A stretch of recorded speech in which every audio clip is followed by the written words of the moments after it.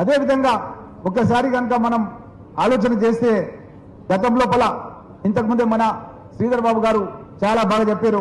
25,000 కోట్ల రూపాయలు వాళ్ళు గత బీఆర్ఎస్ ప్రభుత్వంలో విదేశీ పెట్టుబడులు తీసుకొస్తే మన కాంగ్రెస్ ప్రభుత్వం వచ్చిన తర్వాత 1,70,000 కోట్ల రూపాయల పెట్టుబడులు అంటే మామూలు విషయం కాదు. కానీ ఆ స్థాయి లోపల మనం ప్రచారం చేయలేకపోతున్నాం.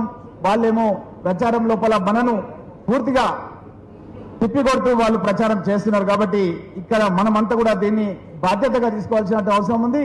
అదేవిధంగా ఫ్యూచర్ లో ఎన్విరాన్మెంట్ గురించి గౌరవ ముఖ్యమంత్రి గారు హైడ్రా తీసుకొస్తే హైడ్రాన్ వాళ్ళు ఒక భూతంగా చూపిస్తున్నారు మార్కెట్ లోపల. ఎక్కడ ఏ ఫంక్షన్ పోయినా ఏ పెళ్లికి పోయినా సరే ఏం మాట్లాడుతున్నట్టే మనం ఏదో నష్టం చేస్తున్నాం అనే విధంగా మాట్లాడుతూ భవిష్యత్ తరాలకు మనం మంచి చేయాలనే విధంగా చేస్తుంటే వీళ్ళేమో తప్పుడు ప్రచారాలు చేస్తున్నారు. కాబట్టి నేను గౌరవ ముఖ్యమంత్రి గారిని చెప్తున్నాను, బిల్డర్స్ అసోసియేషన్ మీటింగ్ పిలిచి మనం ఏ సదుద్దేశంతోనైతే హైడ్రా తీసుకొచ్చినామో ఆ సదుద్దేశాన్ని ఇంకా మనము బిల్డర్స్ లోపల వాళ్ళకు ధైర్యం నిలిపోవాల్సినటువంటి బాధ్యత ఉంది.